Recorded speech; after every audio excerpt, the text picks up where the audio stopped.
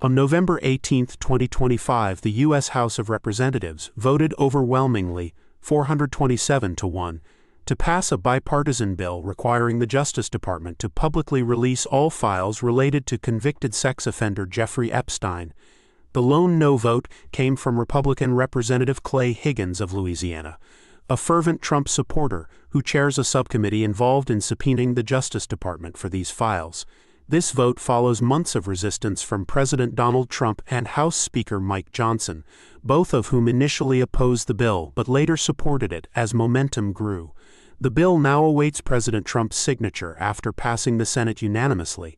This legislation aims to provide transparency about Epstein's criminal activities, his connections to powerful figures, and the investigation into his death while in federal custody. Survivors of Epstein's abuse and many lawmakers view this as a critical step toward justice and accountability after years of government failure. The Justice Department must release all unclassified records within 30 days, with allowances for redacting sensitive victim information. The vote reflects mounting pressure on the administration to meet public demands for disclosure and justice, highlighting the political and social significance of the Epstein case. Representative Clay Higgins was the sole House member to oppose the Epstein Files Transparency Act, citing concerns that the bill abandons 250 years of criminal justice procedure in America. Higgins warned that releasing broad investigative files could harm innocent people, including witnesses, those who provided alibis, and family members. He stated that such a wide release to the media risks injuring these individuals, and expressed willingness to support a revised bill that better protects privacy. His position echoed concerns raised by House Speaker Mike Johnson, who also highlighted potential unintended consequences of disclosing sensitive federal investigation details.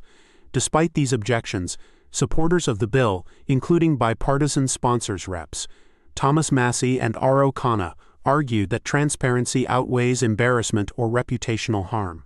They emphasized that the bill includes provisions to protect victims' personal information and ongoing investigations. The House Oversight Committee has already released over 60,000 pages of documents related to Epstein's case, and this legislation aims to ensure full disclosure while balancing privacy concerns. The political dynamics surrounding the bill were complex.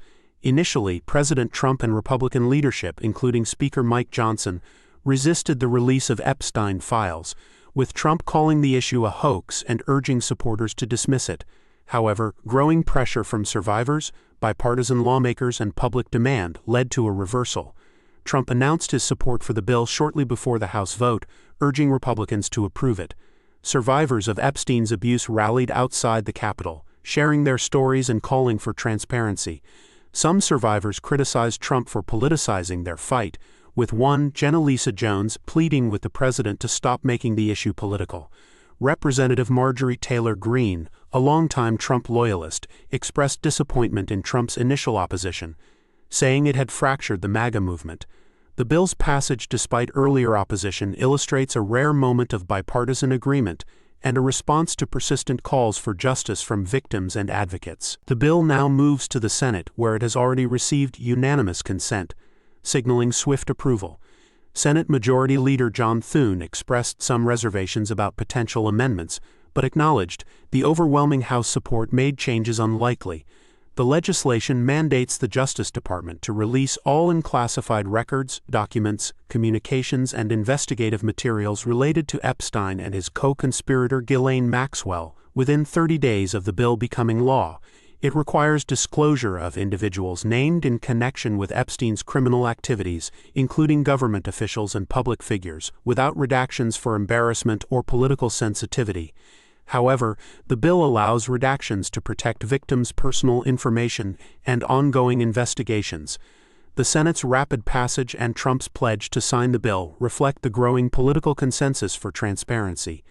The Justice Department's forthcoming release of files is expected to shed further light on Epstein's network and the handling of his case. Representative Clay Higgins, representing Louisiana's 3rd Congressional District, is known for his far-right political views and strong support for Donald Trump.